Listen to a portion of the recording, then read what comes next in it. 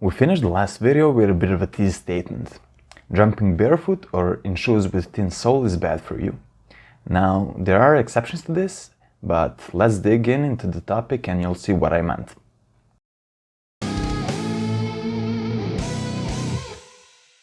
I myself have trained barefoot for years, resorting to thin-soled shoes in the winter days.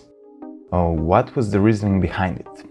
Well, first, we argued that training barefoot, you are forced to do smaller jumps and to land precisely and smoothly, teaching you to control the movement. This, however, raises the question, why not just train smaller jumps in a controlled manner with shoes actually? It's not like you're not developing the control because of it, you just don't have the punishment in the form of pain when you fail your landing. Because we all know it hurts like hell when you're barefoot and you land slightly off. So this part is just self-control, realizing you need to actually take smaller and more controlled jumps to improve. If you can't do that, it's a mentality issue and barefoot training is not the solution. The second and the most common argument was your foot atrophies in your shoes, or shoes are like a cast. And that could be misleading. Ligaments may lose thickness and muscles of the foot may weaken over prolonged usage of certain types of shoes because they aren't having enough stimuli.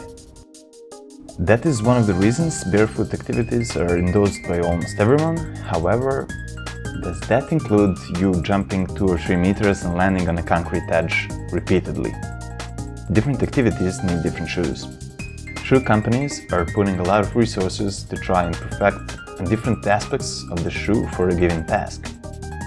You have weightlifting shoes that are rigid and firm on one end, running shoe which is flexible and somewhat soft on the other, with your everyday shoe somewhere in between. Isn't it crazy to assume that people in a billion-dollar shoe and sports industry have no idea what they're doing and it's best just to go barefoot? You might as well believe in the rest of the conspiracy theories like the flat earth. Okay, so here are some actual reasons why you shouldn't train barefoot. What you're seeing here is a graph of a ground reaction force over time of a running stride. And the area under the curve is impulse or momentum. They're basically the same things. The ground reaction force is the force responsible for our movement.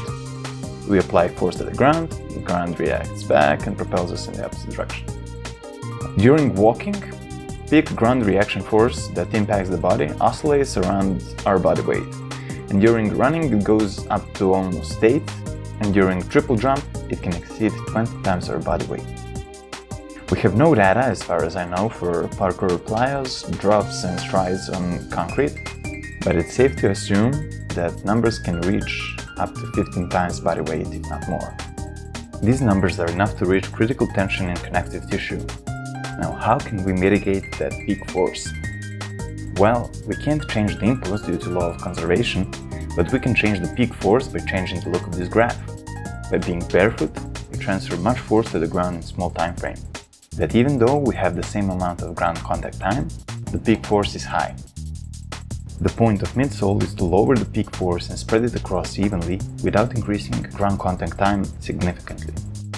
The same exact idea is behind grass on football field or polyurethane on athletic stadium. Furthermore, excess dynamic loading on the body may lead to the development of a variety of musculoskeletal disorders, with osteoarthritis leading the way. However, underloading is an issue as well, as I already mentioned, and here we are getting to somewhat of a conclusion. Barefoot activities are great as long as they're not very stressful. Walking and running on grass or sand, tree climbing, those sorts of activities have many benefits. Jumping on concrete, not by a long shot.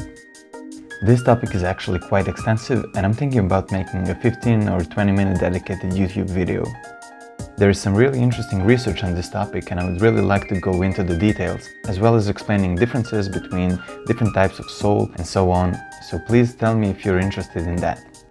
With Instagram being #1 social network, we don't have a chance to open the discussion and get the community involved, which is a shame because some of these topics really need to be talked about. So please comment, give your feedback, and I'll see you next time.